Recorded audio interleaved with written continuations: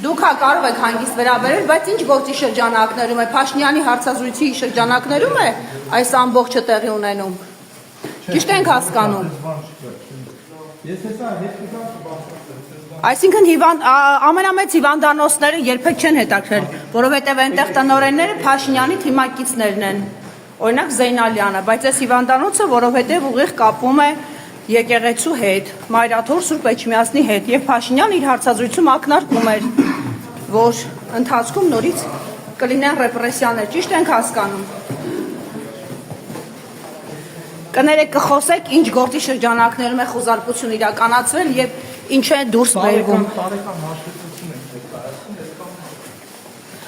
Տարեկան հաշվետվությունում քննչականին, այդ հաշվետվությունն ինչի՞ պիտի քննչականին տրվի, քննչականն իր գործառույթ ունի, դարձել է արդեն հաշվետվություն վերցնող